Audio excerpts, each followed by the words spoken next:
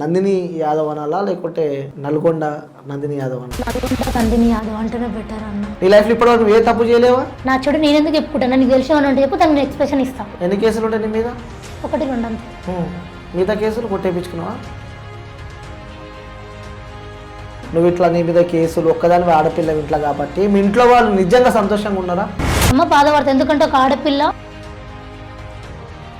Jubilee hills Naveen Yadav గెలిచిండు చెప్పిన వెంటనే ఎలా ఫీల్ అయ్యారా ఆ సందర్భంలో? నవీన్ అన్న గెలుస్తాడని ముందే తెలుసు, అది మాత్రం.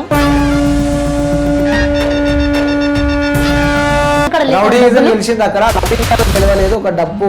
ఎందుకు రౌడీలు ఎలక్షన్ డిపార్ట్మెంట్ ఆపి మేము ఓట్లు వేస్తామని బెదిరించినాం ఏమన్నా? కాంగ్రెస్ పార్టీ కాదు, డబ్బు గెలిచింది అని చెప్పి కూడా స్వయం బీఆర్ఎస్ పార్టీకి సంబంధించిన ప్రముఖులు చెప్పడం మనం చూస్తున్నాం. 10 ఏళ్ళు ఏదైతే తిని తాగి దోచుకున్న సొమ్ముందో ఆ ఎలక్షన్ టైంలో వాళ్ళు వంచిపెట్టి, అర్థమైందా? ఆ దొంగ కాంట్రవర్సీలు కాకుండా, లంగ మాటలు కాకుండా, ఆ బ్రోకర్ మాటలు, ఆ బీఆర్ఎస్ బ్రోకర్ మాటలు కాకుండా, నువ్వు కల్లారా చూసింది నీ కెమెరా జిక్కినదని రియాలిటీ ఉందంటే చెప్పు, దాన్ని నేను సమాధానం చెప్తాను. సార్ లోపల ఉన్నంత వరకే వీళ్ళ ఆటలు నడుస్తాయి.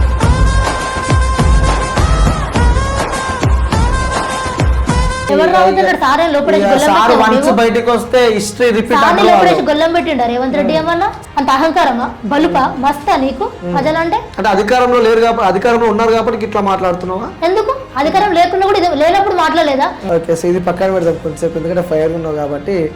మీకు ఇష్టమైన పొలిటికల్ లీడర్ ఎవరు? బైరెడ్డి సిద్ధార్థ రెడ్డి ఫ్రమ్ ఆంధ్ర.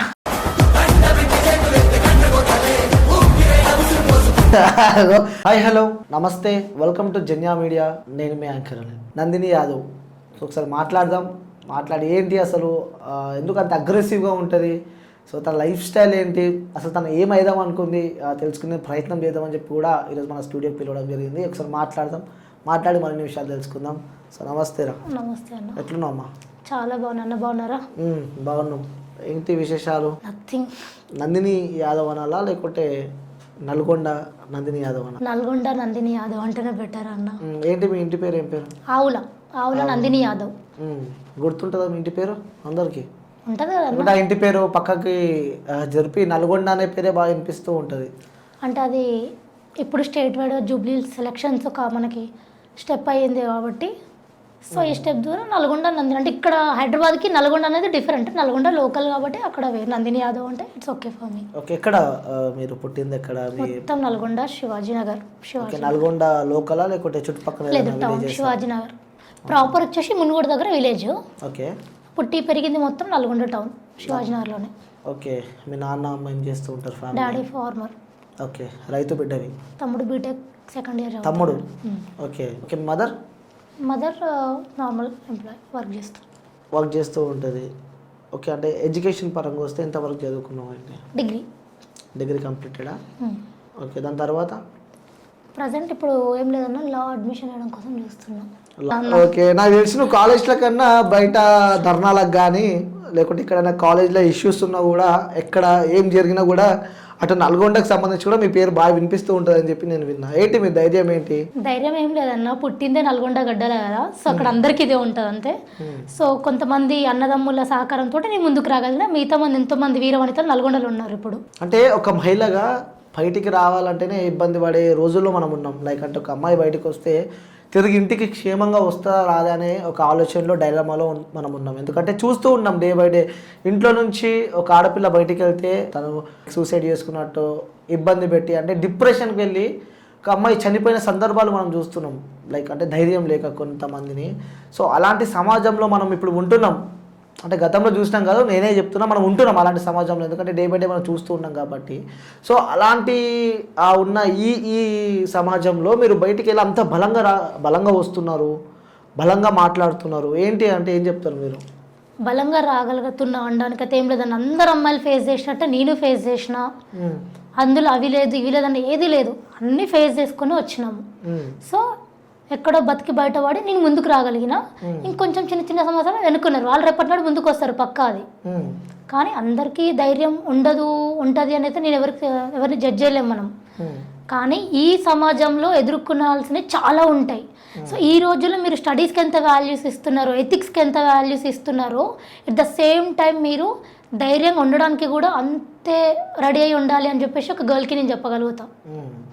ఎందుకంటే ఈ సొసైటీలో ఒక అమ్మాయి వస్తుంది అంటే షూస్ వేసుకున్న దగ్గర నుంచి బొట్టు పెట్టుకున్న వరకు అనువనువు చూసుకుంటూ ఒక్కొక్కడు ఒక్కొక్క రకంగా చూస్తారు, ఒక్కొక్క రకంగా మాట్లాడతారు. ఆ ఈమెకెందుకు వీళ్ళకెందుకు ఇదంతా అని ఏదేదో స్క్రాప్ ముచ్చట్లంతా చెప్తూ ఉంటారు. కానీ అవేవి నువ్వు ఎదిగేంత వరకు మళ్ళీ అదే చెప్తా ఉన్నా, నీ చెవులకు వినబడొద్దు, కళ్ళకి కనబడొద్దు. అట్లున్న రోజు మాత్రం నువ్వు ఖచ్చితంగా ఎదిగినట్టే. నీకు ఏదో అచీవ్మెంట్స్ సపరేట్ పక్క నుంచి రావు, నీ గుండె ధైర్యమే నీకు సపరేట్ అచీవ్మెంట్. ముఖ్యంగా ఒక అమ్మాయికి బాడీ షేమింగ్ అంటూ ఉంటారు. అంటే బయటికి వెళ్ళినప్పుడు కూడా కొన్ని వినాల్సి వస్తూ ఉంటుంది. మనం ఒక అమ్మాయి కరెక్ట్ వెళ్ళినా పక్క నుంచి కానీ ఇటువైపులో నుంచి కూడా కొన్ని వినాల్సి వస్తుంది. సో అలాంటివి ఎప్పుడైనా మీ లైఫ్లో మీరు విన్నారా? లైక్ అంటే మీరు వెళ్తున్నప్పుడు మీ గురించి కొంచెం నెగిటివ్గా కానీ మీ బాడీ సంథింగ్ గురించి మాట్లాడడం కానీ ఇలాంటివి మీరు ఎప్పుడన్నా విన్నారా? చెప్పినా కదన్నా, మీరు వింటున్నారా అంటున్నప్పుడు హ్యాజగల్గా అందరు ఆడలాంటి పాప అంటే ఐ మీన్ అందరు ఆడలాగా నేను ఆడ, అది ప్రతి అమ్మాయి ఎదుర్కొంటుంది. నేను ఎదుర్కోలేని దాన్ని స్పెసిఫిక్గా చెప్పాలంటే కూడా నాకు కొంచెం గిల్టీ అనిపిస్తుంది. ఎందుకంటే ఏడుస్తాము ఆ విషయంలో మేము, ఏంది ఇక్కడ గివప్ ఇచ్చేద్దామా అనిపిస్తుంది. అన్నీ ఎదుర్కొన్నాము. కానీ వద్దు దీంతోనే కాదు. నాకు నా పెద్ద సపోర్ట్ ఏంటి అంటే నా బ్రదర్స్ అండ్ నా ఫ్రెండ్స్ పక్కా. అంటే వాళ్ళు అన్ని టైంలో నా పక్కన ఉన్నారని చెప్పాను.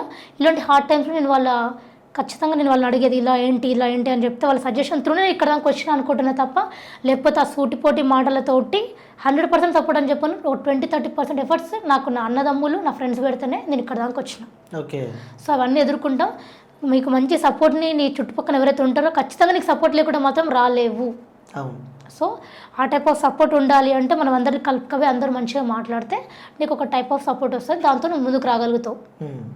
అంతేగాని ఏదో బుక్లలో చదివినట్టు సినిమాలలో చూసినట్టు ఒక్కనే వచ్చి పీకగలుగుతా చేయగలుగుతా అంటే ఇది కాని పని సొసైటీలో. సో మీరు మాట్లాడే మాటలు మీకు ఎట్లా అనిపిస్తూ ఉంటాయి? అంటే మీరు మాట్లాడుతుంటే మీకు మంచిగా అనిపిస్తుంటుందా? అంటే ఎట్లా? లైక్ మీరు మాట్లాడుతున్న ప్రెస్ మీట్ సంథింగ్ కొన్ని మీడియాలో నేను చూసాను అనమాట. మీరు మాట్లాడుతుంటే ఒకరిని కొట్టినట్టు, ఒకరిని తిట్టినట్టు, ఒకరిని కించపరిచినట్టు మాట్లాడినట్టు అనిపిస్తుంది అని చెప్పి అంటూ. ఎవరిని మంచోని కొట్టినట్టు అనిపించిందా లేకపోతే పేదోని తిట్టినట్టు అనిపించిందా? ఏడ అనిపించింది మీకు కొట్టినట్టు? అంటే మీ తరపు నుంచి వాళ్ళకి సపోర్ట్ చేస్తేనేమో వాళ్ళు మంచోళ్ళు, వేరే పార్టీ వాళ్ళేమో చెడ్డోళ్ళు. అట్లా మీరు అనే ముందు నేను ఒక మాట చెప్తా అన్నా. ఈరోజు మీరు అన్నట్టు నాకు సోషల్ మీడియా నేను కొంచెం యాక్టివ్గా ఉన్నా అంతే. అందులోనే ఒకటి నాకు జై బీఆర్ఎస్ అని పెడతాడు, జై బీజేపీ అని పెడతాడు, జై కాంగ్రెస్ అని పెడతాడు. నేను 3 కామెంట్స్కి లైక్ చేసేస్తాను అంటే ఈక్వల్. ఎందుకంటే కనీసం నీకు అవగాహన ఉందని నేను సంతోషకరంగా ఫీల్ అవుతాను. ఎందుకంటే నువ్వు జై బీఆర్ఎస్ అంటున్నావు అంటే సరే నీకు అవగాహన ఉందమ్మా, బీఆర్ఎస్ వాళ్ళు అంత ఇంత జరిగింది ఏదైనా ఉంది, వీడికి అది కనీసం అవగాహన ఉన్నాడు అని చెప్పి వీనికి లైక్ చేస్తా. ఈ మిడిమిడి జ్ఞానం ఉన్నాడు ఒకడుండు జై బీజేపీ అని కామెంట్ పెట్టిండు అంటే వానికి లైక్ చేస్తా. ముక్కు తెలియదు మూత తెలియదు కానీ నా తండ్రుల కానుంచి పార్టీ నేను అదే పార్టీ అని చెప్పుకున్నాను కూడా నేను లైక్ కొడతాను. ఎందుకంటే కనీసం అవగాహన రావాలి ఒక ప్రజలకన్నా ఆలోచన తప్ప నేను ఏమంటారు పేదోని తిట్టి నీకు తిండికి లేదని ఎవరిని ఎక్కిరియలే, నీకు తాగడానికి తాగుతున్నావు అని ఒక పేదోని ఎవరిని ఎక్కిరియలే. ఉన్నోడు తిన్నోడే అంటున్నాం మేము, వాడినంటే వాడు మూసుకొని ఉంటుండు, తిన్నోడు బయటపడతాడేమో రియాక్ట్ అయితే అని చెప్పి. మీరెందుకు అడుగుతున్నారో నాకు అర్థం కావట్లేదు. అంటున్నా మీరు మాట్లాడే మాటలు కొన్ని వింటూ ఉంటే అంటే అంటారు కదా, మనం జోకటోని మనం మంచిగా సపోర్ట్ చేస్తాము, మనం ఎవడేమన్నా అంటే వాడిని ఇది చేస్తామంటే వాని వ్యక్తిత్వం చూడరు, వ్యక్తిత్వం చూడరు, ఆ మనిషి ఎవరో చూడరు, ఆ మనిషి డిసిగ్నేషన్ కూడా చూడరు. అసలు ఏంటో తెలియకుండా కూడా అనుకున్న పదవి చూడను నేను, వ్యక్తిని చూస్తా, ఎవరైనా తిట్టేస్తా,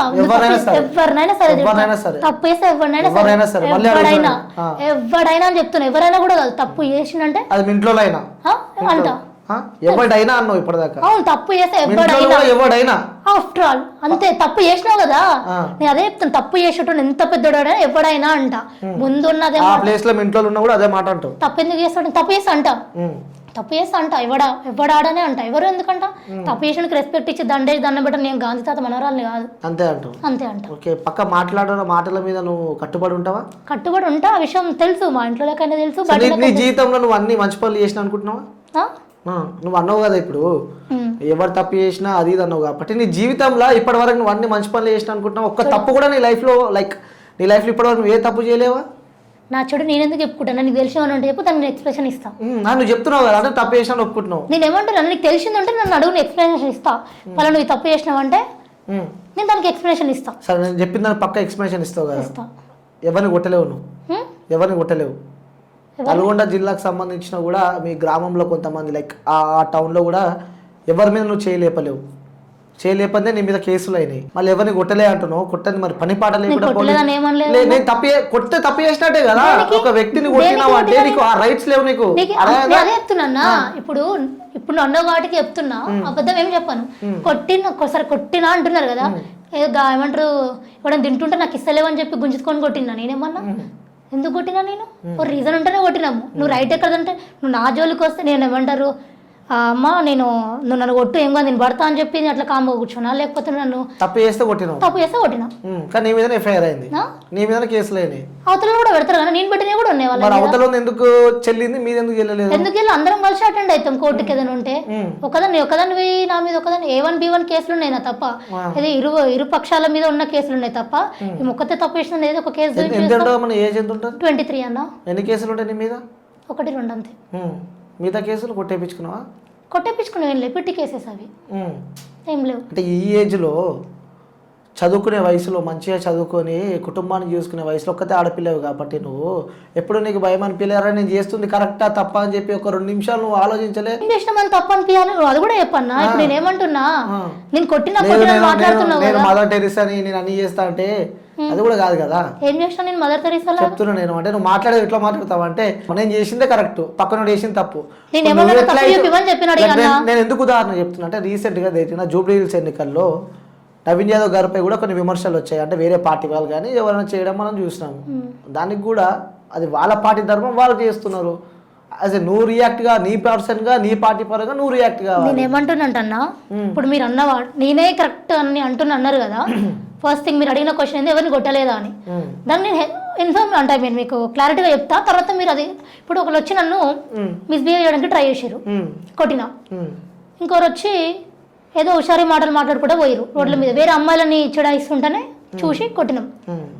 అట్లా కూడా కొట్టద్దు అంటే నేను పోయి స్టేషన్ పోయి కేసు ఇచ్చి మనం వెతుక్కొచ్చి వాళ్ళు పోలీసు వాళ్ళు కొడితే ఈ అమ్మాయిలు ఏగో సాటిస్ఫాక్షన్ ఎటు పోతుంది, మరి మా ఏగో ఎటు పోవాలి, మనుషులమే కదా. సో తిరిగి కొడితే మా సాటిస్ఫాక్షన్ మాకు ఉంటుందని కొట్టినాం తప్ప గాలికి పోయేటోళ్ళని తీసుకొచ్చి నేను కొడితే దెబ్బలు తినని మేము ఎవరు అనలే. సాటిస్ఫాక్షన్ కోసం కొట్టినాం అంటే నీపై వాళ్ళు ఇబ్బంది కొట్టినాం, ఇబ్బంది పెట్టిన కొట్టినాం. మళ్ళీ మీ మీద కేసు వేసారు వాళ్ళు, వేసినారు. మేము చెల్లుతుందమ్మా కేసు?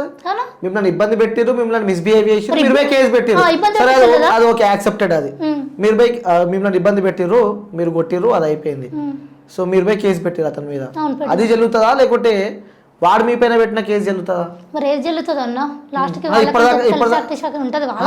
ఇప్పటిదాకా నువ్వే అన్నావు కదా వాళ్ళు కోర్టుకు వస్తారు మేము కోర్టుకు పోతున్నాం. అది ఇరు వర్గాల గొడవలు ఏవైతే ఉన్నాయో ఇంకో కేసులో మీరు అన్నది అది వాళ్ళు మేము కాలనీ పంచాయతీలు అంతే. అవి కాలనీ ఇష్యూస్, అవి స్టేట్ కి సంబంధించినది కాదు, ఏదో బయట భూవకు వచ్చేది కాదు, నీళ్ళకి వచ్చేది కాదు. అది నిజంగా చెప్పమ్మా నందిని, నేను ఓపెన్ గా అడుగుతున్నా, మనసులో ఉన్న మాట చెప్పు. నువ్వు ఇట్లా నీ మీద కేసులు ఒక్కదాని ఆడపిల్ల ఇంట్లో కాబట్టి మీ ఇంట్లో వాళ్ళు నిజంగా సంతోషంగా ఉన్నారా? నువ్వు చేసే సరే నువ్వు పోరాడుతున్నావు, అది 100% కరెక్టే, అది నేను తప్పంటలేదు. ఎందుకంటే నీలో ఆ హ్యాబిట్ ఉంది, ప్రశ్నించాలనుకుంటున్నావు, పోరాటం చేద్దాం అనుకుంటున్నావు, ఒక అమ్మాయిగా బయటకు వస్తున్నావు, చాలా సంతోషపడుతున్నాం. బట్ మీ ఇంట్లో వాళ్ళు సంతోషంగా ఉన్నారా? అమ్మ బాధపడుతుంది, ఎందుకంటే ఒక ఆడపిల్ల, మా మమ్మీ కొంచెం అన్ఎడ్యుకేటెడ్, కొంచెం తెలియదు, అంటే లైక్ విలేజ్ బ్యాక్గ్రౌండ్ కాబట్టి పెళ్లి కావాల్సిన పిల్ల వద్దు ఈ పాలిటిక్స్ మనకు వద్దని మా అమ్మ బాధపడుతుంటుంది. ఓకే, దెన్ డాడీ ఏంది అంటే స్టార్టింగ్లో వద్దన్నాడు. డాడీ స్టార్టింగ్లో ఉండి పాలిటిక్స్ ఏం వద్దు అన్న తర్వాత కొంచెం చూసినాక ఇంకా మా బిడ్డ ఈ పాలిటిక్స్కి అంకితం అయిపోదాం అనుకుంటుంది, ఇంకా మారట్లేదు, వద్దు అని చెప్పినాము. కానీ పర్లేదు ఏం కాదు, ఇంకా ఉన్న బ్లడ్డే కదా అని చెప్పేసి మా డాడీ వాళ్ళు కూడా సపోర్ట్ చేయడం జరిగింది. నాకు మా 2 బాబాయిలు ఉన్నారు, వాళ్ళ సపోర్ట్ కూడా ఉంటుంది. పొలిటికల్గా ఎదగాలి, మన బీసీ మనం యాదవ్స్ కాబట్టి ముందుకు రావాలి, బీసీలలో లీడర్ కావాలి, నల్గొండ నుంచి తప్పేముందని నాకు నా 2 బాబాయిల సపోర్ట్ ఉంది, నా అన్నదమ్ముల సపోర్ట్ ఉంది, మా డాడీ సపోర్ట్ ఉంది. కొంచెం భయపడేది మా మమ్మీ ఒక్కతే. ఎప్పుడు చెప్పాలి మీ నాన్న కూడా ఎందుకమ్మా మనకి ఇవన్నీ అవసరమా, స్టార్టింగ్ లో చెప్పేది కోర్టులు ఇవన్నీ ఇబ్బందికరం కదా ఎంతైనా. ఎందుకు ఇబ్బంది? ఇప్పుడు మీరు ఎట్లా మాట్లాడుతున్నారంటే అమ్మాయి కదమ్మా ఎందుకు వచ్చినావు అని మీరు నన్ను అంటున్నట్టుంది. అది మీరు నన్ను అడుగుతుంటే ఎందుకు ఎందుకు అడుగుతుంది ప్రశ్న అంటే మీ ఇంట్లో వాళ్ళకు ఉన్న ఆవేదన ఏదైతే ఉంటుందో అది నా పరంగా నేను ఎక్స్ప్రెస్ చేసే ప్రయత్నం. నాకు అర్థమైంది, కానీ నేను చెప్తుంది ఏంటంటే ఇండైరెక్ట్ నాకు మీరు అన్నమాట మనసు నొప్పించడం ఏంటి అంటే యాజ్ ఎ గర్ల్ మీకు ఎందుకు అని అడుగుతున్నట్టు నన్ను అడుగుతున్నట్టుంది మీరు. సో నా ఇంట్లో వాళ్ళు మా మమ్మీ ఎప్పటికీ కూడా ఒక పెళ్లి కావాల్సిన ఆడపిల్ల అది అని చెప్పేసి విలేజ్ బ్యాక్గ్రౌండ్ లాగా మా మమ్మీ అలాగే థింక్ చేసి భయపడుతుంటుంది. మా డాడీ ఫస్ట్లో వద్దు అన్నాడు, ఎదుగుతున్న కొద్దీ మనకే సంతోషం కదా, 10 మంది వచ్చి మెచ్చుకుంటారా మీ బిడ్డ ఇట్లా వచ్చింది అది అని చెప్తుంటారు. చాలు నాకు అది. మా డాడీ కానీ మా బాబాయ్లు కానీ మా విలేజ్లో కానీ నా బాబాయ్లు ఊర్లో ఉండే తాతలు బాబాయ్లు ఎవరైనా సంతోషంగా వ్యక్తం చేసినారు. ఓకే, సో మనం మంచిగానే ఉంటాము, మన ఇంట్లో వాళ్ళు కూడా అంత యాక్సెప్టెడే. బట్ కొంతమంది ఉంటారు చుట్టుపక్కల వాళ్ళు కానీ, లేకుంటే మనం ముందు మంచివారే మంచోనివి రాబోయి నువ్వు అంటారు, ఆ తర్వాత వెన్నుపట్టు కొడితే కొంతమంది ఉంటారు, వాళ్ళు ఎక్కడ ఉండరు, మన చుట్టుపక్కలనే ఉంటారు. అంటే ఇది సామెత కాదు, మనందరికి తెలిసిన విషయమే ఇది. అలాంటివి సూటిపోటి మాటలు ఎప్పుడైనా అంటనే ఉంటారు అన్నవి కామన్ అవి. అది ఢిల్లీకి రాజు కూడా తప్ప, ఢిల్లీ రాజు కూడా ఎందుకు కమెంట్లో కూర్చోకనే అంటారు ఆయన కూడా. అవి అంటనే ఉండవు, అవి ప్రతి దగ్గర జరిగే కామన్ థింగ్స్ అన్న. ఈవెన్ నిన్ను కూడా అంటుండొచ్చు, వీళ్ళకి యాంకరింగ్ ఎందుకు సాగుతాం, సాఫ్ట్వేర్ జాబ్ కొట్టొచ్చు అని. సో ఎవడనే మీకు ఈ ఫీల్డ్ మీకు ఇష్టం అవసరం లేదు, ప్రొఫెషన్ వాళ్ళది, నా ప్రొఫెషన్ ఇది. సో నా ప్రొఫెషన్ నేను రెస్పెక్ట్ చేస్తాను. నా ఫ్యామిలీ దగ్గర నుంచి ఎంకరేజ్మెంట్ ఎక్స్పెక్ట్ చేసిన, నాకు నా బాబాయ్లు మా డాడీ వాళ్ళు అందరూ సపోర్ట్ చేసినారు. సో నాకు కూడా నేను బాగానే ఉన్నాను నా ప్రొఫెషన్ తోటి. ఓకే, సో అంటే ఇక్కడ జూబ్లీ హిల్స్ ఎన్నికల సందర్భంగా హైలైట్ అయినా అనుకుంటున్నాను. ఖచ్చితంగా అన్న, ఎందుకంటే మీడియా ఫోకస్ మొత్తం రాష్ట్ర వ్యాప్తంగా జూబ్లీ హిల్స్ అనేది ఒక సంచలనం. అవును, ఆ తీర్పు కోసం యావత్ రాష్ట్రమే వెయిట్ చేసిన సందర్భం అందరికీ తెలిసిందే. అవును. ఓకే, ఈ జూబ్లీ హిల్స్ ఎన్నికల వల్ల ఇంకొంచెం హైలైట్ అయినావు అని అనుకోవచ్చా? ఇంకొంచెం కదన్నా, మొత్తం జూబ్లీ హిల్స్కే ఇస్తా క్రెడిట్ అంతా నేను. జూబ్లీ హిల్స్కే ఇస్తాను. అంత ముందుకి నందిని యాదవ్ అంటే ఎవరికి తెలియదు, ఓన్లీ మా దగ్గర మాత్రమే తెలుసు, కేవలం మీ కాలనీలో. కాలనీ నా టౌన్, నల్గొండ టౌన్. సో అంత కష్టపడ్డావు జూబ్లీ హిల్స్లో, ప్రతి గల్లీలు తిరిగిరు మీరు అంతా కలిసి. జూబ్లీ హిల్స్ నవీన్ యాదవ్ గెలిచిండు చెప్పిన వెంటనే ఎలా ఫీల్ అయ్యారా ఆ సందర్భం మీరు? నవీన్ అన్న గెలుస్తాడని ముందే తెలుసు, అది మాత్రం. ఇంకా ఎట్లా చెప్పాలి అంటే అది చెప్పుకోలేని దాంట్లో కూడా ఉంది. ఎందుకంటే స్టిల్ ఇప్పుడు కూడా నవీన్ అన్నని కలవలే మేము, ఇంకెళ్ళి కలవలేదు. కలవాలి అంటే ఒక మంచి రోజు చూసుకొని పోయి, అసలు అది ఎంత అన్ఎక్స్పెక్టెడ్ అనేది ఏం తెలిసిన విషయమే కదా. అన్న గెలుస్తాడు అని తెలుసు, మెజారిటీ కౌంట్ చేద్దాం అనుకుని ఆ డే మొత్తం ఉన్నాం.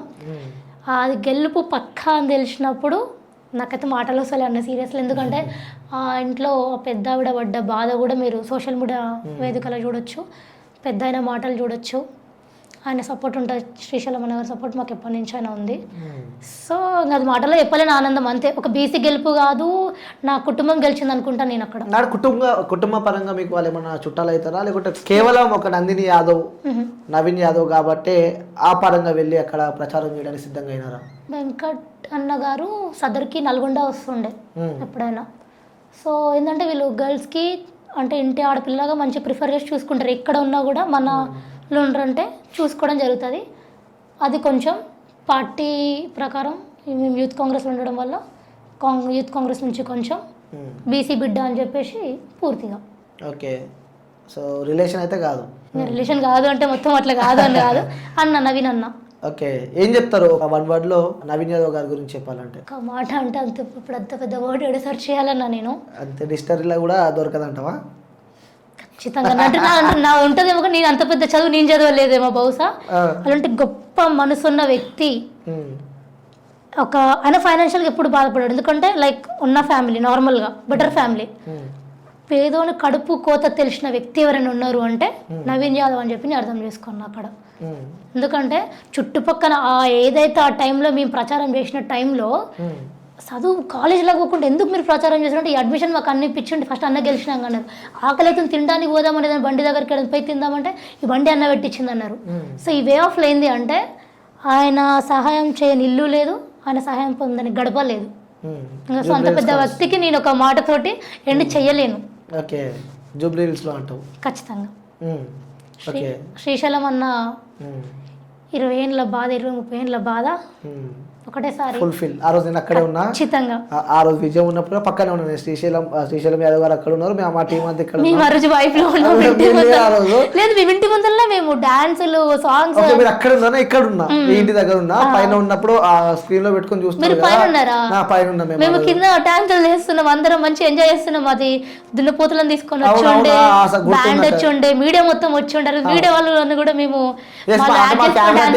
కెమెరా టీం కింద ఉండే మేము కొంతమంది సంబంధించిన పైనుండి ఆయన సంతోషాన్ని మేము చేస్తున్నాం. అంటే ఒక వ్యక్తి ఇన్ని సంవత్సరాల నుంచి కష్టపడ్డాడు.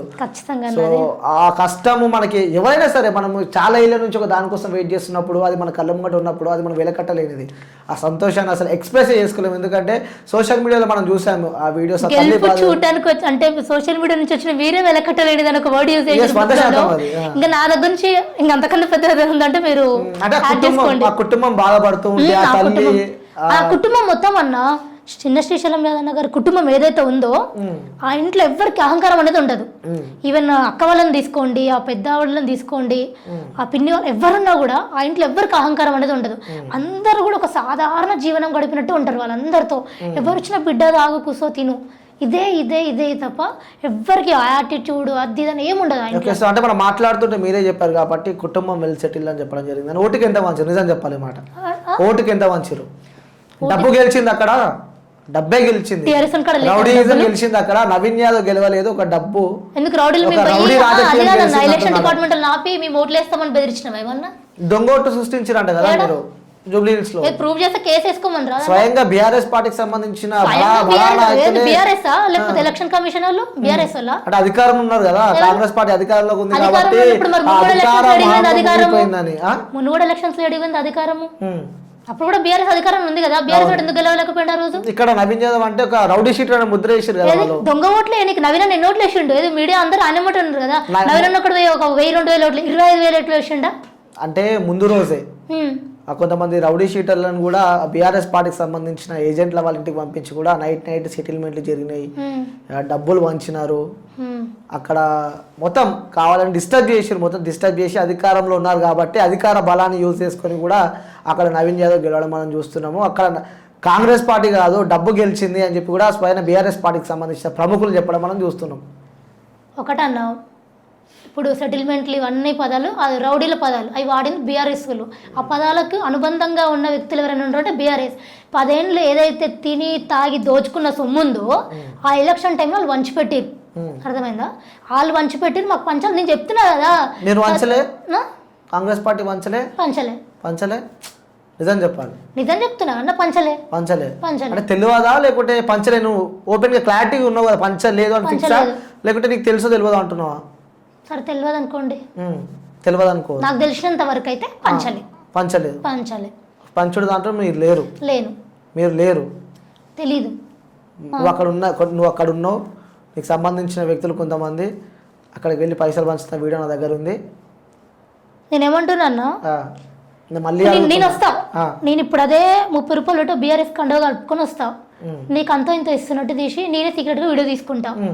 నేను అమ్మట బీఆర్ఎస్ అని నువ్వు నా ఫేస్ హైడ్ చేస్తా, బీఆర్ఎస్ ఉన్న చేతులు నువ్వు తీసుకున్నాడు అవుతావు తప్ప నందిని వచ్చి దొంగ నాటకాలు ఆడిందా స్ట్రైట్ ఫార్వర్డ్ ఉందా అది కూడా చెప్పాడు.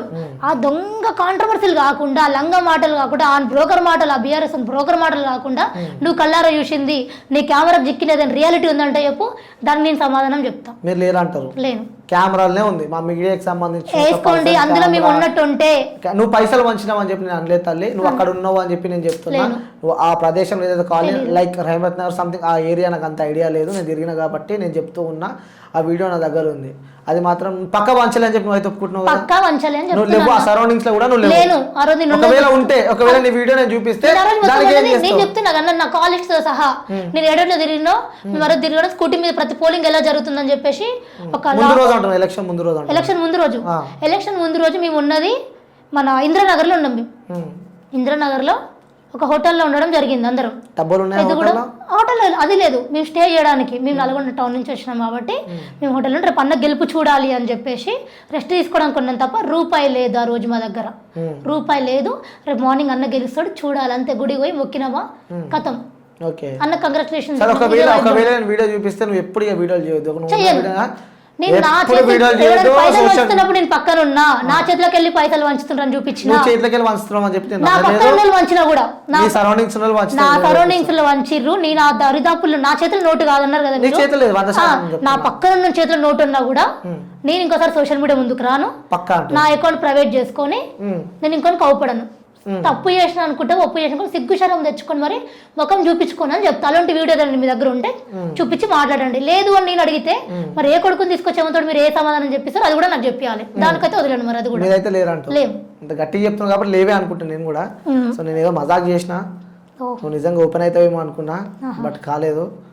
అంటే అక్కడ జరిగిన వాతావరణం సందర్భంగా నేను మాట్లాడడం జరిగింది. సో ఇది పక్కన పెడితే, ఈ సర్కిల్ పక్కన పెడితే, నువ్వు ఏ పార్టీలో ఉన్నావు అంటే కాంగ్రెస్లో ఉన్నావా లేకపోతే ఇటు బీజేపీ ఏపీవీబీలో ఉన్నావా? కరెక్ట్గా నేను కాంగ్రెస్లోనే ఉన్నా. మరి మీరు హిందూ ధర్మాన్ని కొన్ని వీడియోస్ కూడా నేను మీ సోషల్ మీడియాలో చూడడం జరిగింది. అందుకే నాకు డౌట్ వచ్చింది, అసలు నందిని యాదవ్ ఏబీవీపీలో ఉందా లేక కాంగ్రెస్ పార్టీలో ఉందా? ప్రస్తుతం నేను కాంగ్రెస్లోనే ఉన్నా. ప్రీవియస్ ఏబీవీపీలో వర్క్ చేసిన నేను. అఖిల భారత విద్యార్థి పరిషత్లో నేను చేసిన గతంలో. అంటే అక్కడ నుంచి నెక్స్ట్ వాళ్ళు ఏదైనా జాయిన్ కావాలన్నా కూడా ముఖ్యంగా వాళ్ళు మెయిన్ బీజేపీ వైపే మొగ్గు చూపుతారు. ఎందుకంటే అక్కడ ఆ హిందూ ధర్మం కానీ సనాతన ధర్మం ఇలాంటి కొన్ని సందర్భాలు వస్తూ ఉంటాయి కాబట్టి అక్కడ ఏబీవీపీలో చేసిన వాళ్ళందరూ మ్యాక్సిమం 100% బీజేపీలో జాయిన్ అవుతారు. 100% ఏం లేరు అన్న. అక్కడ కాకుండా ఇటు కాంగ్రెస్ పార్టీకి ఎందుకు 100% అని నీకు నువ్వు చెప్పగానే సరిపోదు అన్న. చూపిస్తే నుంచి కానీ ఏబీపీలో తిరిగి అందులో తిరిగి వచ్చి కాంగ్రెస్ తిరిగినట్టు నేను చూపిస్తూ ఉంటారు. అయిపోయి మరి అది 100% అయిపోయింది. నేను 100 అంటే 100 కాదు కదా, 1000 మంది ఉంటారు. అందుకే అడిగిన ఓన్లీ 100 అన్నా నేను. ఆ 1000 మందిని మనం 100% పర్సెంటేజ్ చేసుకుంటే మీరు అన్నారు ఇప్పుడు 100% అని చెప్పి, అందులో నేను 30% ఇందులో చూపిస్తా, కాంగ్రెస్లో చూపిస్తా. అందుకే నువ్వు వచ్చినావు కాంగ్రెస్కి. వేరే వాళ్ళు వచ్చారు కాబట్టి నీ సొంతంగా రాలేదు. వేరే వాళ్ళు వచ్చారని చెప్పానన్నా. ఈ రోజు నందిని హైదరాబాద్లో జూబ్లీహిల్స్ ఈ రోజేమో కానీ జూబ్లీహిల్స్ ఎలక్షన్ జరగక ముందు నందిని కేవలం కూడా నల్గొండకి పరిమితమైన అమ్మాయిని. సో అక్కడ నేను వర్క్ చేసినప్పుడు నా టౌన్లో ఏదైతే ప్రజల దేనికి ఎక్కువ మొగ్గు చూపుతా ఉన్నారు, దేని మీద అవగాహన కలిగి ఉంది, నా జిల్లా దేనికి సంకేతము అని చెప్పేసి ఒకటి ఆలోచిస్తే ఖచ్చితంగా అది కాంగ్రెస్కే. తర్వాత సిపిఎంకి ఉంది, అంతే తప్ప వేరే పార్టీలకి ఏది అక్కడ లేదు. ఓకే, ఇప్పుడు ఏ పోస్ట్లో ఉన్నావు కాంగ్రెస్ పార్టీకి? నేను నల్గొండ అసెంబ్లీ వైస్ ప్రెసిడెంట్గా ఉన్నా, ఎలక్టెడ్. స్టేట్ స్పోక్స్ పర్సన్గా ఉన్నా. అధికారికంగా ఉన్నావా? స్పోక్స్ పర్సన్గా పక్కా అంటావు? పక్కా. కాంగ్రెస్ పార్టీలో ఉన్నావు. ఎందుకు నల్గొండ జిల్లాలో మీరు బీజేపీలోకి వెళ్దామని చెప్పి అనుకున్నారు? బట్ అక్కడున్న లొకాలిటీ బట్టి, అక్కడున్న లీడర్స్ బట్టి, అక్కడ కొంతమంది సపోర్ట్ చేస్తలేరు, లేక అక్కడ మనం ఎంత కొట్లాడినా ఏం చేసినా కూడా బ్యాక్ సపోర్ట్ అంటూ పక్కా అవసరం పార్టీకి సంబంధించిన పెద్ద నేతలతో కూడా. అక్కడ ఎలాంటి సపోర్ట్ దొరకలేదు కాబట్టి ఆప్షనల్గా కాంగ్రెస్ పార్టీలో జాయిన్ అయినామని చెప్పి నేను అంటాను. ఆప్షనల్ అనేది చెప్పలేదు, మీరు చెప్పిందంతా వాస్తవం. ఆప్షనల్ అనేది తప్పది. ఆప్షనల్ అనే టైంలో ఏంటంటే ఆర్గనైజేషన్లో వర్క్ చేసుకుని అప్పుడు నేను జాబ్ పర్పస్ హైదరాబాద్కి రావడం జరిగింది. అదే టైంలో నల్గొండలో ఎలక్షన్స్ హోరాహోరీ జరుగుతున్న మూమెంట్లో ఏమైంది అంటే ఇంకా కాదు ఈ టైంలోనే ఎలక్షన్స్కి వెళ్ళడం అంటే ఈ టైంలోనే మనం పార్టీలోకి ఏదైనా వెళ్ళాలి అని కూర్చొని ఆలోచించినప్పుడు పెద్దల సలహా తీసుకునేటప్పుడు బీజేపీలో వాస్తవానికి ఎవరు ఒప్పుకోని విషయం, చేదు విషయం, అది ఆ కార్యకర్తల అన్నదమ్ములు, నేను కూడా వాళ్ళతో వర్క్ చేయడం అంటే ఏబీపీలో వర్క్ చేసినప్పుడు చూసినదంటే ఓసీలకు ఎక్కువ ప్రిఫర్ చేస్తారు. So at the same time ఎందుకంటే బండి సంజయ్ గారు తీసేసినప్పుడు అర్థం కావాలి వాళ్ళకు కూడా, ఎందుకంటే బండి సంజయ్ అన్న గారు లేకుంటే ఒక 30-40% కూడా బీజేపీ అనేది ఇక్కడ తెలంగాణలో తెలియకపోతుండే. 2017-18 మూమెంట్లో బీజేపీని ఎవరికైనా తెలుసు అంటే అది బండి సంజయ్ అన్న గారి వల్లనే. ఈరోజు ఏదో సోషల్ మీడియా వచ్చి కిషన్ రావు, రఘునందన్ రావు వీళ్ళందరూ వస్తున్నారు తప్ప. సో ఆ టైంలో బండి సంజయ్ అన్న ఒకడే ఉండే. సో ఆ టైంలో ఇప్పుడు మా నల్గొండలో ఏంటి అంటే ఫస్ట్ నుంచి కూడా మా దగ్గర పోరాట తత్వం ఎక్కువ ఉంటుంది. వాళ్ళని నక్సలైట్లు సో ఆ మూమెంట్లో మేము ఉంటున్న మూమెంట్లో అట్లా పోరాడితే నక్సలైట్లు, అది చేస్తే ఇది అని చెప్పేసి కొన్ని అవమాన కేసులు తీసుకున్న ఎవరైతే వ్యక్తుల సలహాలతోటి మా ఫ్రెండ్ వాళ్ళ ఫాదర్, నా 10th నుంచి నా ఫ్రెండ్ ఒక అమ్మాయి ఉంటుంది, వాళ్ళ ఫాదర్ ఉండి ఇది కాదు అదే అని చెప్పి నాకు బ్రెయిన్ వాష్ చేయడము. అంటే రియాలిటీ, బ్రెయిన్ వాష్ అంటే తప్పుదోవ పట్టడం కాదు, రియాలిటీకి తీసుకురావడము. ఆ రియాలిటీ తర్వాత ఎవరైతే నాయకులు ఎవరైనా గుమ్మల మోహన్ రెడ్డి అన్న ఒక అన్న ఉంటాడు, అన్న ఆధ్వర్యంలో ఇది మనకి సెక్యూర్ ప్లేస్, నీకే కాదు ఇందిరమ్మ రాజ్యంలో ఇబ్బందులు ఉండవమ్మా అని చెప్పిన పదానికి క్లియర్ కట్గా నాకు సమాధానం ఇచ్చి పార్టీలో నన్ను ముందుంచాలని పోరాడిన వ్యక్తి ఎవరైనా ఉన్నారంటే మోహన్ అన్న. సో ఆయన ఆధ్వర్యంలో మేము కాంగ్రెస్ ఉండడం జరిగింది. సో నల్గొండలో బీజేపీ వస్తుంది అనుకోవడం భ్రమ. పక్కా అంటారు? పక్కా. నెక్స్ట్ అధికారంలోకి వచ్చేది మేమే అట్లా అన్నారు నల్గొండలో మొత్తానికి తెలంగాణ రాష్ట్రంలోనే. ఎందుకంటే 10 సంవత్సరాలు బీఆర్ఎస్ పాలన చూసినారు, ఈ 5 సంవత్సరాలు కాంగ్రెస్ పాలన చూశారు కాబట్టి నెక్స్ట్ ప్రజలు మా వైపే ఉన్నారు అంటూ కూడా బీజేపీకి సంబంధించిన నాయకులు అంటూ ఉన్నారు.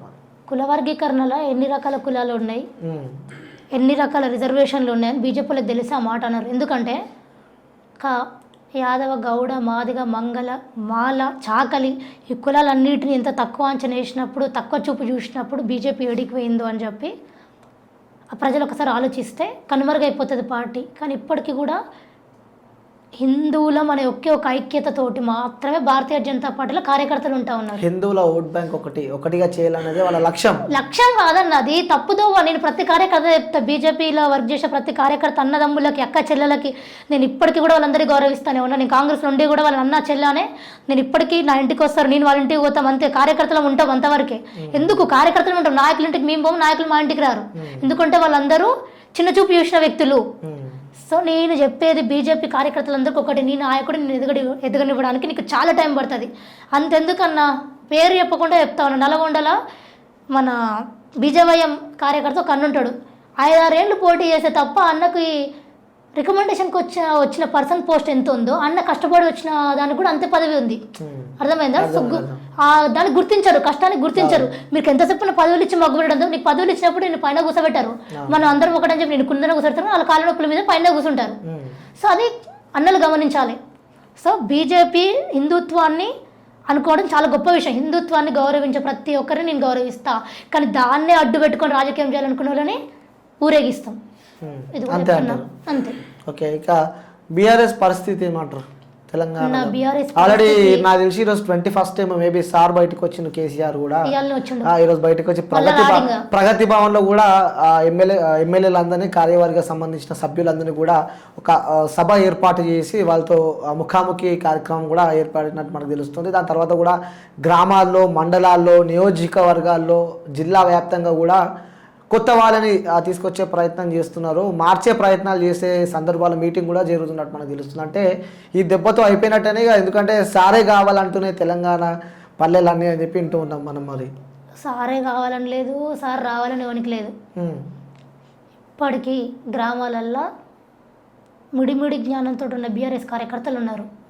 సో వాళ్ళని ఇంకా 2-3 ఏళ్ళల్లో వాళ్ళు కూడా మాయమైపోతారు. సారే రావాలని ఎవరు అంటలేరు. సార్ని అట్లనే ఫామ్ హౌస్లో కూర్చొని టైంకి తిని టైంకి తాగి వండుకోమంటున్నాం. అంటే సార్ లోపల ఉన్నంత వరకే వీళ్ళ ఆటలు నడుస్తాయి. బయటకు వస్తే హిస్టరీ రిపీట్ గొల్లం పెట్టిండ రేవంత్ రెడ్డి ఏమన్నా. సరే చూడని భయ్ అధికారంలోకి వచ్చారు కదా, సరే ఎట్లా పాలిస్తారు? సార్ నోటికి తాళ వేసినావా, సార్ చేతికి సంఖ్యలు వేసినావా, కాళ్ళు చేతులు చక్కగానే ఉన్నాయి, నోరు చక్కగా ఉంది. నువ్వు వచ్చి ఏంది ఇంతవరకు ఇది తప్పు చేసిన రేవంత్ రెడ్డిని అనలేకపోయిండు, ఇది తప్పు చేసిన నీకు ఒక కోర్టులో ఎవిడెన్స్ తో చూపించలేకపోయిండు.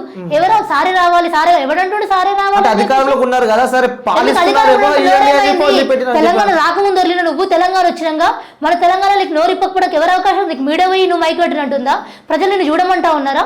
వచ్చి మాట్లాడు, వాస్తవాలు మాట్లాడు. ఎవరు చూడని ఎవరు చేయరు. అయిపోయింది కాంగ్రెస్ పని అయిపోయింది. సార్ బయటకు వచ్చిండు, 60-70% కాంగ్రెస్ అధికారంలో. కేసీఆర్ బయటికి రాలే కదా, ఎందుకు వస్తలేడు? ఎవడు రావద్దంటుండు ఇంట్లోకి వెళ్ళకని చెప్పి నీకేమన్నా మేము లోపల అరెస్ట్ చేసినామా, లేకపోతే చేతులకు సంఖ్యలు వేసినామా, నోటికి తాళాలు వేసినామా? నీకు మీడియా ఉంది కదా, నీ సోషల్ మీడియా పనిచేస్తూ ఉంది కదా. బీఆర్ఎస్ సోషల్ మీడియా పోనీ ఫేక్ అకౌంట్లోకి వెళ్ళి కామెంట్లు పెట్టుకుంటూ తిరుగుతుంది, ఫేక్ అకౌంట్లోకి వెళ్ళి పోస్టులు పెట్టుకుంటూ తిరుగుతూ ఉంది. వాళ్ళందరితో చెప్పకపోయినావు కేసీఆర్ వచ్చి ఈ మాట అన్నాడు, కేసీఆర్ ఇది వాళ్ళని అన్నాడు అని. అవేవి చేతగావు. చేతగాక కొడుక్కి భయపడో దేనికో తెలియదు కానీ ఇంట్లోకి వెళ్ళి బయటికి వెళ్తలేడు. అంతెందుకు మన నా మినిస్టర్లు సైతం, నా ముఖ్యమంత్రులు సైతం వచ్చి జూబ్లీహిల్స్ ప్రచారంలో పాల్గొంటే నువ్వు ఇజ్జత్కి సవాళ్ళని తీసుకున్నోడు అయితే, తెలంగాణ తెచ్చినోడు అయితే వచ్చి అమ్మ సునీతమ్మ కోటేయండి అని చెప్పి ఒక కార్యకర్తను అడగలేకపోయినా, ఒక ఎమ్మెల్యేతో నువ్వు ముఖాముఖి కాలేకపోయినా, వచ్చి నువ్వు చేతిలో పేపర్ పెట్టినా పోయినావు. అయ్యాలు ఎందుకు తినవరు తెరవలే? అంటే ఒక నియోజకవర్గంలో ఎన్నికలు జరిగితే రాష్ట్రంలో ఉన్న మంత్రులందరూ ఒక దగ్గరనే ఉంటారు, రాష్ట్రంలో ఉన్న నియోజకవర్గ ఎమ్మెల్యేలు ఒక దగ్గరనే ఉంటారు, వార్డు మెంబర్లు, అప్పుడున్న మాజీ సర్పంచులు, జిల్లా అధ్యక్షులు, మండలాధ్యక్షులు, ప్రతి ఒక్కరు సీఎం ముఖ్యమంత్రితో సహా కూడా నియోజకవర్గంలో తిరిగినారు. ఉంటాడు, ఉండకేం చేస్తాడు? అర్థమవుతుందా? కేటీఆర్ అన్న మాట నువ్వు అంటారు, ఇలా చూస్తున్నారు. చిన్న చిన్న వాటితో మాకేం పని అంటే ప్రజలు చిన్న చూపా నీకు? మేము చిన్నలతో వర్క్ చేయము అంటే అంత అహంకారమా, బలుపా, మస్తా నీకు ప్రజలంటే? అంటే అధికారంలో లేరు కాబట్టి, అధికారంలో ఉన్నారు కాబట్టి ఇట్లా మాట్లాడుతున్నావా? ఎందుకు అధికారం లేకుండా కూడా లేనప్పుడు మాట్లాడలేదా? విద్యార్థి సంఘాలు ఉన్నప్పుడు మాట్లాడలేదా? నేను కేటీఆర్ తోటి ఇదే యాటిట్యూడ్ తో అధికారంలోకి వస్తే నందిని యాదవ్ ఇట్లనే మాట్లాడుతుందా? ఇదే యాటిట్యూడ్ ఉన్నప్పుడే మాట్లాడిన అంటున్నా కదా, ఉన్నప్పుడే మాట్లాడిన. అయ్యాలు ఏం చేసిండు? ఉన్నప్పుడే మాట్లాడడం మీన్స్ నల్గొండకు వచ్చినప్పుడు ఆ రోజు అదే విద్యార్థి సంఘం తోటి మేము 15 నిమిషాలు నల్గొండలో వీటి కళ్ళు అడ్డుకోవడం జరిగింది. ఉన్నప్పుడే చేసిన. ఏం చేసినావు? తీసుకువెళ్ళి స్టేషన్ లో కూర్చోబెట్టినావు, కేసులు పెట్టిపించినావు. మీరు పెడతలేరా ఇప్పుడు? ఆ? మీరు పెడతలేరా? ఏమంటే మీ కాంగ్రెస్ పార్టీ పెడతలేరా? ఎంత మందిని అన్యాయం జరిగే ప్రతి ఒక్కరి మీద పెడతామన్నా. అంటే రేవంత్ రెడ్డి అయినా కోమరెడ్డి వెంకరెడ్డి గారు ఎవరైనా తప్పు చేస్తే మనోడైనా పగోడైనా కేసులు పెట్టడం పక్కా, వాడు చిప్పకుండా తినడం పక్కా, అంతే. ఇంకా తప్పు చేస్తేనే పెడతారు, తప్పు చేయకుండా అసలుకే పెట్టారు. ఎందుకు పెడతాం? తప్పు చేయకుండా మాకు సరదానా టైం పాస్ లేకపోతే ఎవరు వదిన మరదలు ఎవరు అవుతారు, బాబా మరదలు ఎవరు అవుతారు పెట్టనీక? మరి వాళ్ళకేమో అవసరం మిమ్మల్ని పెట్టడానికి? ఇబ్బంది తప్పు చేస్తేనే కదా పెట్టింది. అంటే సోషల్ మీడియాని వాడుకొని కాంగ్రెస్ పార్టీ అధికారంలోకి వచ్చిందా రాలేదా? నిజం చెప్పు నందిని. ఏందన్నా? సోషల్ మీడియానే వాడుకొని కాంగ్రెస్ పార్టీ అధికారంలోకి వచ్చే ప్రయత్నం చేసిందా చేయలేదా? 100 రీల్స్ చూద్దాం ఇప్పుడు కూర్చొని యూట్యూబ్ లో, 100 షార్ట్లు చూద్దాం. ఎవరి పార్టీకి సంబంధించినవి వస్తాయో లెక్కేద్దాం. ప్రీవియస్ అన్న ఎవరు ఇప్పుడు ప్రీవియస్ యూట్యూబ్ ఛానల్ పెట్టుకుని రేవంత్ ముఖ్యమంత్రి అయింది కాబట్టి నేను యూట్యూబ్ ఛానల్ పెడతా, కొన్ని యూట్యూబ్ ఛానల్ పెట్టబోతున్నా అని చెప్పి కూడా కేటీఆర్ వాక్యాలు మనం చూసినాం. ఇంకో కేటీఆర్ ఏంటంటే అన్న, పులిని చూసి నక్క వాతలు పెట్టుకున్నట్టుగానే ఉంటది. పులెవరు? రేవంత్ అన్న. నువ్వు అనుకుంటున్నావు అది? ఇంకా నేను నా నాయకుడు నేను అనుకోకుండా నువ్వు మరి బీఆర్ఎస్ ఉన్నది అనుకోకు, కాంగ్రెస్ వచ్చి అనుకో. నేను అది చెప్తలే, నా వర్షం నేను చెప్తున్నా. పులి అంటున్నావు ఖచ్చితంగా. నల్లమల్ల పెద్ద పులి అనే చెప్పిండు అన్న. రాష్ట్రానికి రాష్ట్రానికనే చెప్తున్నాను. పులి బయట ఏం చేస్తుందంటే ఏం చెప్తావు? ఎవరు? రాజ్యం వెళ్తుంది. పులికి బయట రాజ్యం వెళ్తుంది. పులికి బయట ఏం పని అంటున్నా? శాసిస్తుండు. పులికి బయట ఏం పని అంటున్నా నేను. అక్కడక్కడ కొన్ని నక్కలు మేకలు తిరుగుతున్నాయి చూసిన బీఆర్ఎస్ రూపంలో. లేకుంటే ప్రజలందరా? ప్రజలేం లేదు, ప్రజలందరూ ఏం లేదు. ఎంపీలుగా స్థానాలు గెలుచుకొని బీజేపీ ఏ పాటుగా తిందాం అనుకుంటుందో వాళ్ళకి పులే, గతంలో దోచుకున్న పందికొక్కులకి రేవంత్ అన్న పులే. ఓకే, సో బీఆర్ఎస్ పార్టీకి ఫైర్ బ్రాండ్ పావని గౌడ్ అంటూ ఉంటారు కాబట్టి, సో ఏంటి మీకు ఆ పావని గౌడ్కి కూడా కొన్ని వీడియోలు సోషల్ మీడియాలో బాగా వైరల్ అయినాయి. ఏంటి మీ ఇద్దరికి ఫైర్ బ్రాండ్ అన్న ఆ సంబంధం ఏంటి? ఏమన్నా దాంతో కజినా లేకుంటే చుట్టాలా? ఎవరు? పావని గౌడ్ గారు. అది నా ఓర్స్ అయితే అన్నంలో విషయం పెట్టి చంపేస్తుంటే దాన్ని నేను. ఓర్స్ అయితే తిందుదా అక్క అని చెప్పి పెడుతుండే దాన్ని నేను. దాంతో ఏం అడుగుతున్నాను నా గురించి? తిందుదా అక్క ఎవరు? రెస్పెక్ట్ లేకుండా రెస్పెక్ట్ ఇచ్చి పావనక్క అని గతంలో మేము 4-5 వీడియోలలో కూడా పావనక్క వచ్చినాం ఈ బజార్లకు అని చెప్పి అక్క అక్క అని మెన్షన్ చేసినాం మేము. నవీన నన్ను చూసి ఆ డివిజన్కి వచ్చినా ఈ డివిజన్లో వచ్చినా అంటే నిన్నేమనలేదు కదా. మీ డాడీ అంటే నువ్వు ఊకుంటావా అన్న? ఎవడు నీ అన్న అంటే ఊకుంటావా? 100% ఊకోను. నవీన కూడా మాకు అన్న లాంటోడే. అన్న లాంటోడే. నన్ను అడిగింది మీ డాడీని అంటే నువ్వు ఊకుంటావా అన్నావు. నా రక్త సంబంధం. మీ పెద్ద నేను ఏమంటున్నా, నువ్వు ఇప్పటిదాకా అన్న ప్రశ్నకి నేను ఆన్సర్ ఇస్తున్నా. మీ అన్నని అంటే మీ నాన్నని అంటే నువ్వు ఊకుంటావు అన్నావు కాబట్టి నా రక్త సంబంధం ఎవడైనా సరే నేను ఊకోను, ఎవడైనా సరే నేను ఊకోను. ఎవడైనా సరే ఆత్మీయంగా నన్ను పలకరించుకుంటాడు, నన్ను కుసబెట్టుకొని మరి మాట్లాడతాడు, నన్ను బిడ్డలాగానే చూసుకుంటాడు. సరే లాగంటే నీకు దూరం పదవిగా నాకు అట్లా ఒక గొప్ప వ్యక్తి మమ్మల్ని దగ్గర తీసి మాట్లాడాలంటే మా గొప్ప విషయం. ఆయన కుటుంబాన్ని ఒక మాట అంటే మాత్రం నరికి పోగులో పెడతాం. వద్దంటావు. సరే ఇప్పుడు నేను మిమ్మల్ని పావని గారిని కూర్చోబెట్టుకొని ఇంటర్వ్యూ చేద్దాం అనుకుంటున్నా. రమ్మా. రెడీగా ఉన్నావా? జైలు పోతానుకా మాట్లాడడానికి? జైలుకి ఎందుకు నాకు అర్థం కాలేదు. నాకు మనం ఇంటర్వ్యూ అని వచ్చినామన్నా, నువ్వు అడగాలి నేను చెప్పాలి, ఏదైనా ఉంటే నేను నీకు క్లారిటీ ఇవ్వాలి. డిబేట్ అంటే వాస్తవానికి వద్దునో రాకపోతున్నా అది తర్వాత విషయం. భయపడదా కాదు, భయపడుతున్నా. ఎందుకు చెప్పనా? దాన్ని మనం వేస్తే అధికారం ఉన్నప్పుడు చెడ్డ పేరు నాకు వద్దు, ఫిక్స్ అయ్యాను. అందుకు తప్ప వ్యక్తిగత లేవు, చుట్టాలు కాదు, ఏమీ లేదు. ఒకటి చెప్పాలా, వాస్తవంగా మీరు కొట్లాడుకుంటారు కానీ అంటే మేము విన్నాం, అంటే మేము చూసినాం కూడా కొన్ని సందర్భాలు. నాయకులు అందరూ ఒకటే, మధ్యలో బలైదే కార్యకర్తలు అంటూ ఉంటారు. మేము విన్నాం అది. అంత ఫ్రస్ట్రేట్ అవుతున్నావు. నేను వచ్చిన బ్యాక్గ్రౌండ్ ఆర్గనైజేషన్ వేరు, ఇది వేరు అన్నారు కదా. నేనేమన్నా సిద్ధాంతాల కోసమే కొట్లాడుతా అంటున్నా. నా పార్టీని తిట్టిందంటే నువ్వు రెంట్లో ఏ ఇంట్లో రెండుకుంటా, ఆ ఇంటి మీద రాళ్ళు ఊరుకోగా కడుతున్నావు కదా. 100% నేనేమంటున్నా, పార్టీలో కొట్లాటలు, మాటలు, వ్యతిరేకాలు ఇవన్నీ నడుస్తూ ఉంటాయి. బట్ వ్యక్తిగతంగా ఎందుకు అని చెప్పి వ్యక్తిగతంగా ఎందుకు అంటే అన్న, నేను అభిమానించిన నాయకులు ఉన్నారు, వాళ్ళని తక్కువ చేసి మాట్లాడింది నేను తీసుకోలేను. సరే చిన్నామను కదా, ఉడుకు రక్తం, కోపమే అనుకో, పగే అనుకో, తెలిసి తెలియక మాట్లాడుతున్నా, తప్పు చేస్తున్నానే అనుకో, దాని దగ్గర పనిష్మెంట్ అదంటే తర్వాత తీసుకుంటానేమో. కానీ మా నాయకులను అంటే సహించేది లేదు. సేమ్ వాళ్ళ నాయకులు అంటే వాళ్ళు సహించేది. ఏం చేస్తావు చూస్తా. అదే కదా, ఇప్పుడు నీ నాయకుడు నీ గొప్ప, వాళ్ళ నాయకుడు వాళ్ళకి గొప్ప. నా నాయకుడిని తిడితే నేను అది చేస్తా పొడుస్తా తిరుగుతా నేను అంటే ఏమంటున్నా, వాళ్ళ నీకు నాయకుడు అడగడానికి కూడా- ఒక అర్హత ఉండాలి. ఇలా నువ్వు పలానా క్వశ్చన్ అడుగుతున్నావు అంటే నీకు ఈ సొసైటీ మీద అవగాహన ఉంటేనే నువ్వు అడగాలి నన్ను. లేకపోతే నువ్వు బుక్లో వేసి అడుగుతా అంటే నీకు చూసినట్టే అర్థమైపోతుంది. 100%, 100%. నువ్వు ఇంతవరకు ఒక విద్యార్థి సంఘంలో పనిచేసిన దానివి కాదు, తెలంగాణ ఉద్యమంలో పనిచేసిన దానివి కాదు, ఒక సంఘ సంస్కృతి ఒక ఆర్గనైజేషన్ నడిపిన దానివి కాదు. నీకు గొంతు ఉంది కదా అని చెప్పి ఒర్లుతా తీస్తా ఇజ్జతులు తీసినట్టు మాట్లాడుతుంటే నేను ఎందుకు ఊరుకుంటా?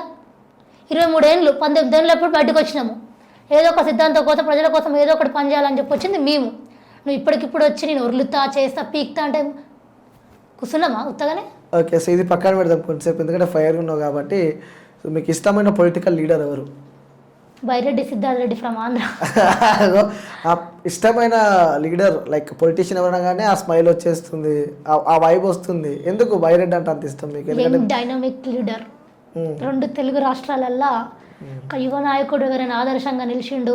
జైళ్ళపాలై స్టేషన్ కేసులు అన్నీ తిరిగి కూడా గుండె ధైర్యంతో ఇంకొక గేమ్ చేంజర్ అయిన జగన్మోహన్ రెడ్డి గారు అభినందిస్తున్నాడు అంటే గొప్ప విషయం. మా లాంటి యూత్కి ఇన్స్పిరేషన్ బైరెడ్డి సిద్ధార్థ రెడ్డి గారు. ఓకే, చాలా మంది ఉన్నారు కదా మన తెలంగాణలో కూడా అలా ఉన్నారు.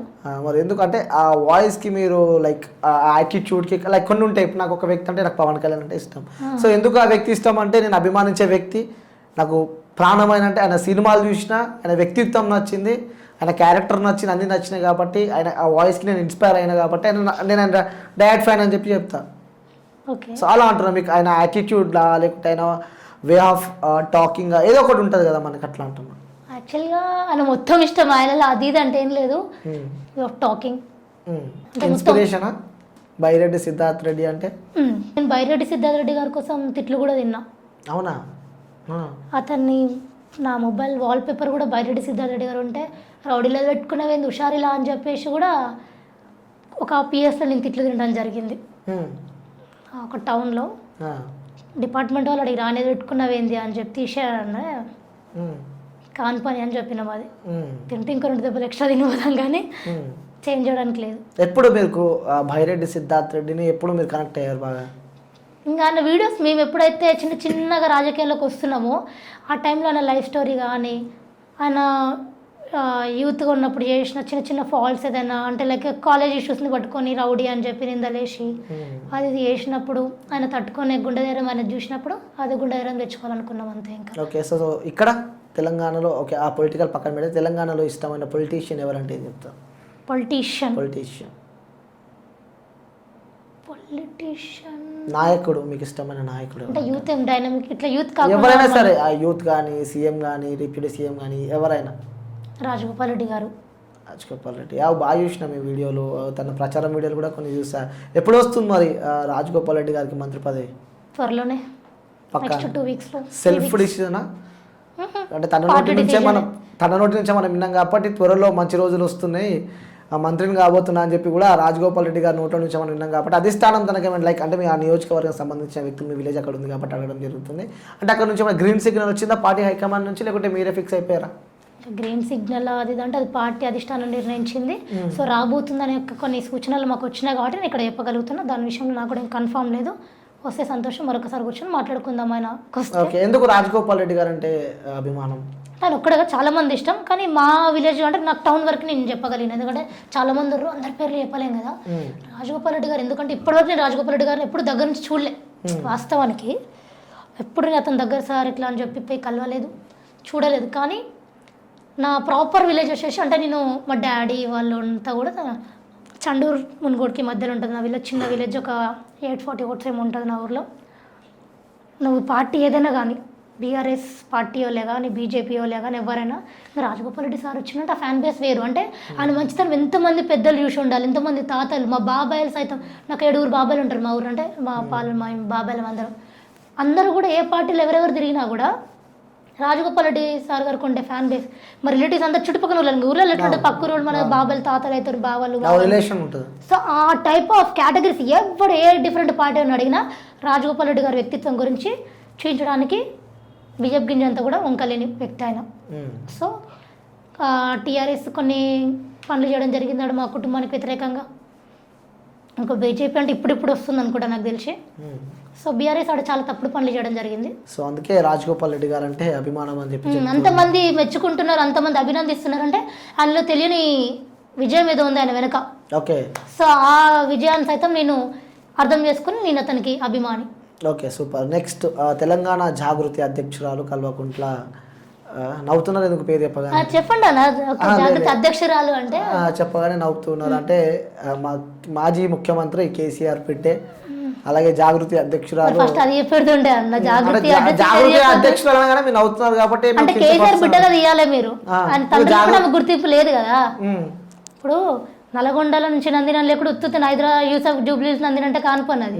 మన ఆధారం ఎక్కడి నుంచి వచ్చింది, మన పుట్టు పర్వతాలు ఎక్కడివి అంటే కేసీఆర్ గారి బిడ్డ అన్నట్టు సెకండ్ అయిపోయిన ఫస్ట్ వాక్యం ఫస్ట్ అయిపోతే అయిపోతుండే. మొదటి మహిళా ముఖ్యమంత్రిని కూడా నేనే కాబోతున్నా అని చెప్పి కూడా తన వాక్యాలు మనం చూస్తున్నాం. ఎలా చూడబోతున్నాం? ఆమె తప్పన ఎంతవరకు ఉందో మనకు తెలియదు అన్న. ఆమె తప్పన ఆమె పోరాటము మధ్యలో వచ్చి తండ్రి మళ్ళీ ఇంటికి రా బిడ్డ అంటే జనం వద్దే వద్దు మా అయ్య విషయం పోతా అంటే అప్పుడేం చేస్తాం? నాన్నగా పిలిస్తే తప్పకుండా పోతా, పార్టీ పరంగా రమ్మంటే నేను పోను అని చెప్పి కూడా స్వయంగా తన నోటితో మనం వింటాం. ఒక నాన్నగా ఒక బిడ్డగా పిలిస్తే మాత్రం నేను తప్పకుండా ఇంటికి వెళ్తా అని చెప్పి కూడా తన నోటి నుంచి మనం విన్నాం. నేను ఏమంటానంటే అన్న, కవిత గారు ఇండిపెండెంట్ అంటే ఆమె కూడా ఒక ఉమెన్ కాబట్టి అట్లా వహించడం, ఆ అధ్యక్షత వహించడం చాలా గొప్ప విషయం. ఎందుకంటే ఆమెకి ఇప్పుడైనా రాజభోగాలు విడిచి ప్రజలది అర్థం చేసుకుంటుందంటే పట్టు చీరలు కట్టడం ఇలా కాటన్ చీరలు కడతా ఉంది అంటే సో ఒక మధ్యతరగతి జీవనం ఎలా ఉంటుందో చూసింది అనుకుంటున్నా.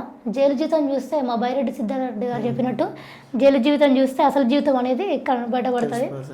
సో ఆ జీవన విధానం ఆమె చూస్తుంది కాబట్టి ఒకటే బాధలు తెలుసుకోని పదవులు ఆశించకు, వచ్చేదంటే వస్తుందేమో దాన్ని కాదన్న మనం. అది ప్రజలు నువ్వు పోరాడు కానీ ఫలితం ఆశించకు. ఇప్పుడే ఫలితం ఆశించి నేను నాకు వచ్చే ఫలితం అది, సో అందుకే నేను మీ కష్టాలు వింటున్నా అంటే అట్లా చెప్పుకోవడం వేస్ట్. సో ఫస్ట్ కష్టం చూడు, ప్రజల కష్టం చూడు, తర్వాత ఎక్స్పెక్ట్ చెయ్యి. అంటే వాళ్ళు ఇస్తారు, నువ్వు ఎక్స్పెక్ట్ చేయకు. ఎందుకంటే నీ కుటుంబం అన్ని పనులు చేసి చెడగొట్టిపోయింది కాబట్టి నేను ఆచరించడానికి ఆలస్యం అవుతుంది. సో ఓపిక బట్టి ప్రజల కష్టాలు చెప్పి ప్రజల మొదలు ఇట్లనే ఉండు, సంతోషం. కట్టుకుర్రా బతుకమ్మ చీరలు? గతంలో మనం బతుకమ్మ చీరలు అంటుండే, ఇప్పుడు ఇందిరమ్మ చీరలు అంటూ ఉన్నారు. తీసుకున్నారా? మంచిగా ఉన్నాయా? మంచిగా ఉన్నాయి. కట్టుకున్నారా మీ ఇంట్లో వాళ్ళు? కానీ మా ఇంట్లో వాళ్ళు కట్టుకుంటాను అన్నారు. బాగున్నాయి అంటారు. చూసారా అది ఎప్పుడు ఇచ్చారు అంటే గతంలో మన బతుకమ్మ పండుగకి మనం చీరలు పంచుతూ ఉండే, సో అదే కట్టుకొని బతుకమ్మలు ఆడుతూ ఉండే మనకు సంబంధించిన ఆడపిల్లలు. కానీ ఇప్పుడు బతుకమ్మ పండుగకి చీరలు లేకుండా పోయినాయి అని చెప్పి కూడా బాధపడుతున్నారు అని చెప్పి అంటూ ఉన్నారు. అది ఇప్పుడు మొదటి విడత రెండో విడత అని చెప్పి కూడా ఇచ్చే చీరలు కూడా సరిగా లేక ఇట్లా చింపితే చినిగిపోయేటట్టున్నాయి ఆ చీరలు అంటూ కూడా కొన్ని వీడియోస్ నేను చూసినాను. నేను దానికి మీరేమంటారు? పార్టీలకు అతీతంగా ఒక మాట చెప్తాను, అతీతంగానే ఏంటంటే బహుమతి అనే ఆలోచన నీకుంది, గొప్ప విషయం. నువ్వు చిన్నది ఇచ్చినావో పెద్దది ఇచ్చినా సెకండరీ. ఎందుకంటే నువ్వు ఇచ్చిన చీర కూడా మీకు నేనైతే నడికించపరచలే అంటే అందుకే పార్టీలకు వ్యతిరేకంగా అని చెప్పిన. నువ్వు ఇవ్వాలనుకున్న మనసు నీ గొప్ప మనసు, అది కేటీఆర్దే కానీ రేవంత్ రెడ్డిదే కానీ. అంటే ప్రతి ఇంటికి రీచ్ అవ్వాలనుకున్న నీ ఆశయం గొప్ప విషయం. నా చీరక నువ్వు ఇచ్చింది ఎవడు కట్టుకోవాలి ఆ రోజుల్లో. ఎందుకంటే ఇవాళ రేపు నువ్వు చూసింది టౌన్లలో నన్ను ఆదివాసులకు అది గొప్ప వరం. ఒక చీర అనేది నువ్వు ఇచ్చిన చీర వరమే, నేను ఇచ్చిన చీర వరమే, ఏదైనా గొప్ప విషయమే. సో నేను కొన్ని విషయాలలో ఏ పార్టీకైనా ఆపోజిటే నేను. సో నువ్వు నాసిరకం చీరలు అని మాట్లాడాల్సిన అవసరము ఎవరికి లేదు. ఈ కవితకైనా లేదు, ఆయన కుటుంబానికైనా లేదు, బీఆర్ఎస్ వాళ్ళు బీజేపీ నాయకులు ఎవరికి సంబంధం లేదు. సో సెంట్రల్ గవర్నమెంట్ నుంచి వచ్చేది ఉండే మరి నీకు అంత అది ఉన్నప్పుడు నీకు బతుకమ్మలకి నువ్వు పండుగలకి సాంప్రదాయాలకు అంత విలువిచ్చే పార్టీ నీదైనప్పుడు నువ్వు ఏదైనా చేసేది ఉండే. సో చేతగాని మాటలు వద్దు. ఒక మహిళకి అమ్మగారింటికి కంచి రావాల్సిన టైంలో అక్కడ వచ్చింది అంటే 10 రోజులు లేట్ అయిందేమో కానీ నీ కళ్ళలో సంతోషం పోగొట్టుకోలేమేమో. సో ఆ ఆనంద నవ్వులే మా ఆనందం ఏదైతే ఉందో అదే మాకు ఆశీర్వాదం తప్ప 10 రోజులు ఆలస్యమైంది కానీ ఇవ్వడం జరిగింది. మేము ఇచ్చిన వాటితో లేడీస్ కొంత కలర్ బాగుంది, బార్డర్ బాగుంది, ఈ టైప్లో బాగుందని మురుస్తున్నారు. అలా బాగాలేదు అని కొంచెం తిట్టినారు కానీ తప్పు. ఏదైనా వచ్చింది కాబట్టి సంతోషపడాలి అంతే. ఇంకా ఓకే. సో ఏంటమ్మా మీ గోల్ ఏంటి, మీ డ్రీమ్ ఏంటి, ఏమైదాం అనుకుంటున్నారు? లేకంటే ఎమ్మెల్యేగానా లేకుంటే పొలిటీషియన్గా పొలిటికల్లో ముందుకెళ్ళాలనుకుంటున్నావా? ఏంది మీరు డ్రీమ్ ఏంది మనసులో? ఏముంది? ఏం లేదట, ఏమీ లేదు. ర్యాండమ్గా వెళ్ళిపోతున్నారు, ర్యాండమ్ గో విత్ ఫ్లో అంతే. అంతే అంటావు? మూమెంట్ వస్తే అంతే, ఆ మూమెంట్ తగ్గట్టు ఉంటాం మేము అంతే. ఏం చెప్పాలనుకుంటున్నావు చివరిగా మీ నల్గొండ ప్రజలకు కానీ యావత్ తెలంగాణ రాష్ట్ర ప్రజలకి? తెలంగాణ రాష్ట్ర ప్రజలకే కానీ నల్గొండ జిల్లా ప్రజలకే కానీ ఉన్న నియోజకవర్గాలు అన్ని గుడ్డు కూడా ఒకటే చెప్తా ఉన్నా. బీసీ ఓసీ అని ఎంత తపనగా ఫైట్ చేస్తున్నారో అందులో ఉన్నోడు లేడోడు కూడా ఇంకో వర్గం ఏర్పడబోతూ ఉంది. సో ఆ వర్గాలకు అతీతంగా బీసీ లేకమయ్యి చెప్పు నీళ్ళు తాగకుండా చెప్పులు చేతలు పట్టుకొని వాళ్ళకి తిరగకుండా అవగాహన కలిగి ఉండి కులమోడు పాలుడు అని చూడకుండా ప్రతి ఒక్క నాయకుడిని ఆదరించి ఎవరైతే మన ఇంటికి అది ఓసీ కానీ బీసీ కానీ మనం పోతే మనకి పుట్టడు అన్నం పెట్టే వ్యక్తిని మాత్రమే ఎంచుకోండి అని చెప్తా ఉన్నా. మా నల్గొండ జిల్లా యువకులు ఎంతోమంది కూడా రాజకీయంగా వద్దామనుకుంటే పలు వర్గాలు వాళ్ళని ఆపడం జరుగుతూ ఉంది. వాళ్ళందరూ కూడా అడ్డుకట్టలు తెంచుకొని ముందుకు రావాలని చెప్పేసి ఈ సందర్భంగా చెప్తా ఉన్నాం. సో మీరు కూడా ఈ పాలిటిక్స్కి రావాలి, మరింత స్థాయికి వెళ్ళాలని చెప్పి కూడా మనస్ఫూర్తిగా కోరుకుంటున్నాం.